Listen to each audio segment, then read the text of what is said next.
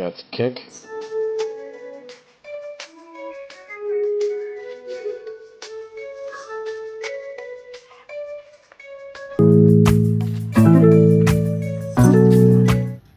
Sarap, di ba? Sige, mamaya pag-usapan natin yung Manila Fitted Stance Pilipinas meet. In the meantime, balik tayo sa GTI as ang ating mga kalokohan. Okay, kung nanonood kayo sa mga previous episode, alam mo nilagyan natin ng size 17 na hapon na mugs yung GTI, which is a work RSE negative. Maganda, maporma, wild. Pero sabi ko, sige, gusto ko subukan maglagay naman ng 15s. Check lang natin if magbago lahat. I mean, the comfort, yung ride, forma. Alam mo yun, maiba lang.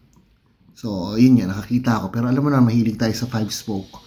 So, pinatulan pa rin natin. Bridgestone to yung mugs. Weird ng pangalan. Bridgestone Touring. Nakakatawa eh. Pero, anyways, what do you guys think? Okay ba na mag-15s tayo? The design, okay naman siya. Pero mas hindi siya ganun kalapad eh. 7 lang yata to. Pero I like it. I like the way it looks. Pero syempre, testing muna. So, here we go. Let's check it out. Okay, ito na guys. So, pinapolish ko sa homeboy natin. Yung lip. Kintab-kintab na siya. Okay, I'll be honest. Medyo bitin, liit. Naliitan ako kasi compared sa laki ng 5-spoke na 17s. Pero, to be honest, mas naging magaang siya i-drive. Mas sumasayad, yun ang isang downside. Pero, drivability, medyo masarap eh. Yun lang naging isang conflict ko dito. Makikita mo naman by the looks ng forma, medyo mukhang racing. Pero, still nice. Pero yan, isip na naman tayo mga boys. Anong gagawin natin? Yan also, as a, pinasubok ko pa drive sa anak ko. Tingnan ko anong opinion niya about driving this car. Make this drift? Wala nga handbrake eh. Seriously? What am I driving? It's a death machine. Overall, driving with the size 15 mugs, very very light to drive talaga. Though syempre mag-adjust tayong suspension, may sumasabit sa likod. Enjoy naman ng anak ko yung drive. Though yun nga lang, talagang lahat super low words eh. Pucha, lahat ng humps sinasayaran. Pero it's fun, it's part of it, diba? So conflicted ako. Pero I'm thinking about getting a 16s para medyo gitna. Or eto kaya, meron na naman ako naisip. Check nyo nga to guys. Usapang mugs tayo. Ano sa tingin nyo? Is it worth the game? Mukha, no? Shit.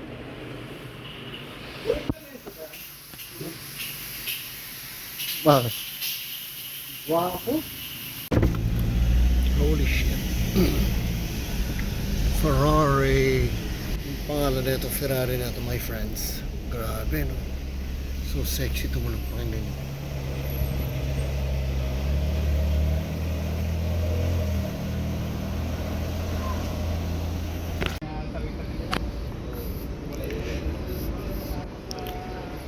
Unusual looking Ferrari. Doon. Pero madumi. Mukhang hindi ginagamit, no? Daming watermarks. Some people talaga, no? Ay, tayo. Ito, hirap na hirap mag-vlog. Gen 1 yan.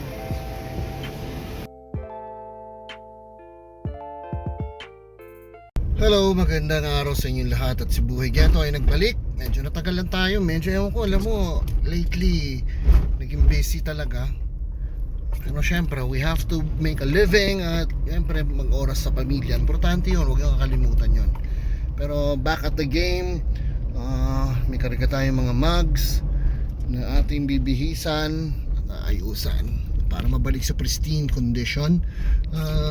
Usually kasi mahilig talaga ako sa mugs. Piniflip ko yung iba. Yung sa gamitin is flip. That's the way I like to do things. Most likely nakita nyo yung ads ko somewhere in Facebook. Hindi ko naman in-overprice kasi minsan nagiging problema natin, not trying to bash anyone, is that maraming gina-jack up ang presyo ng market porket orig and everything. May fair price, pero syempre may price din ng mga rare, mga orig na Japan. Pero yung iba medyo crazy, kahit yung sobrang pangit ng design porket nakita na made in Japan, overpriced pare, pangit yun. Let's be fair to the market. And alam mo yun, ako sa akin parang dagdag ko na lang yun sa kultura, is binabalik natin yung magagandang mugs, mga na neglected, nababoy, repair, ayusin natin, balik natin at lagay natin sa mga kotse na nakakaganda, diba? And that 2 mugs is like isang Sparco Chromodora at NK Cellback. Alright, so yun lang, kwento lang. So see you guys in a while. Okay, so this is the center cap of the RSZ negative work mugs. Unfortunately, I was missing one cap, so I have to make hirap maghanap in short. Then may pina-recommend sa akin si Poy 3D printing by Allen Hansel Conchas. Thank you so much. Sobrang panalo. Kamukhang kamukha. So, try natin magkasya siya. We'll do a test fit. Hold up.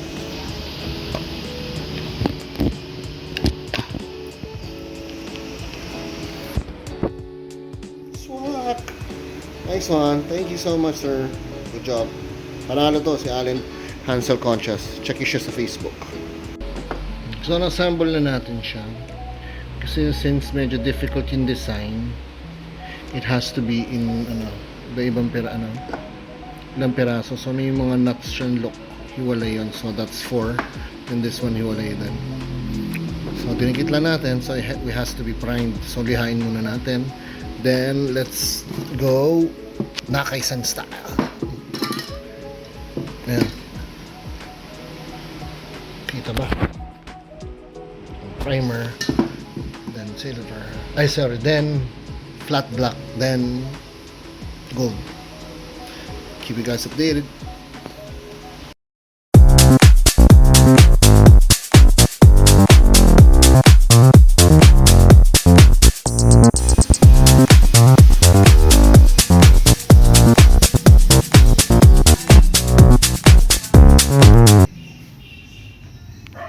Ay, ano ba yan? Paiba-iba ng kwento, paiba-ibang story, ang daming nangyayari. Anyways, ito muna, may pinuntahan akong Benz. Alam mo naman, paborito at pangarap natin ng 190E. Big shoutout to Mr. Justin. Bibigyan mo ako, silipin ng 190E mo. A very special engine. 190E. Grabe yung garahe. Ang sarap, nakakapaglaway. Lahat ng mga dream cars natin nandyan. Anyways, thank you. Binigyan mo ako oras. Tatawagan kita pag handa na ako. O yun. Anyways, so, oo nga pala, dahil sa unang part ng video, pinakita ko na napunta ako sa Manila Fitted Stance Pilipinas Meet. Maraming salamat sa lahat ng mga kaibigan na tumulong at nagbigay sa akin lakas ng loob, like mga dope boys, Sir Poy, for encouraging me to go and check out the place. Sinuwerte tayo at nakaakyat tayo. Nakita natin ang eksena. Ay nako, very nakakataba ng puso, nakaka-excite, at ang gaganda ng kultura pa rin natin sa kotse. So check it out right now. Diba? So, okay. Today, tayo sa year-end ng SPMF. Kasama mga tropa. Kasama natin yung Lancer. Hindi natin ang mangyari. Excited na ako. Okay guys, kamusta? Si Boy Ghetto. Today, dali madumi camera. Punta tayo ng Ayala Mall by the Bay for the last quarter meet ng SPMF Manila Fitted. Kasama natin mga kaibigan natin, dope boys. Hopefully, walang problema yung Lancer, makarating ng maayos at ma-enjoy natin ang ating pagkakataon mag-expose. Bili pa ako yung power window, bumaba tuloy-tuloy. So, naglalandi itong Lancer. So mamaya ko na ayusin. Tapos yung mags, may konting alog eh. Feeling ko hindi na tight na ng maayos. Mamaya ko na rin asikasuhin. Stress. The path we choose.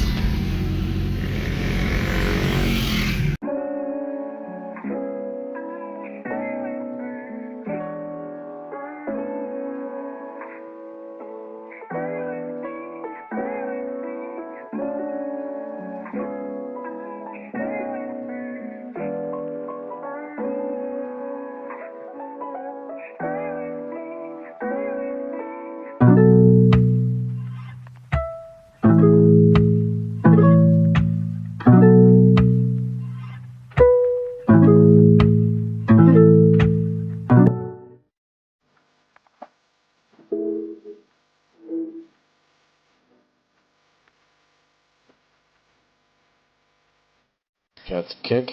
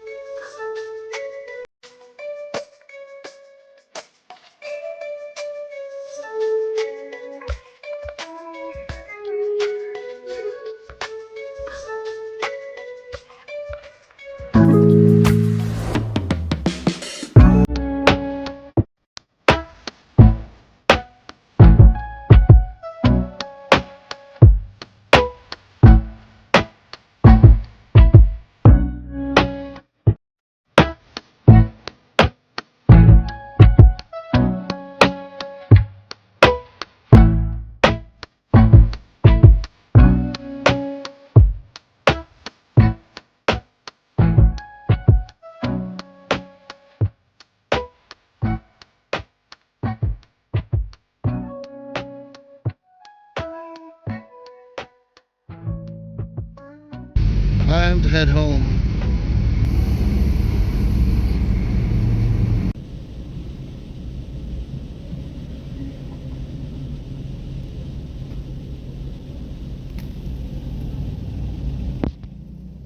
Hello, sorry. Going back sa kwento is kasi ang mags, rims, mags, o lumang tawag mo dyan, it's very important sa isang kotse. Like this one, let's check it out. Nakita ko lang to Ganda na ito, bagsak eh. I think Meister yata yun eh. Nakakabit. Pero I think it's a copy. Most likely it's a copy.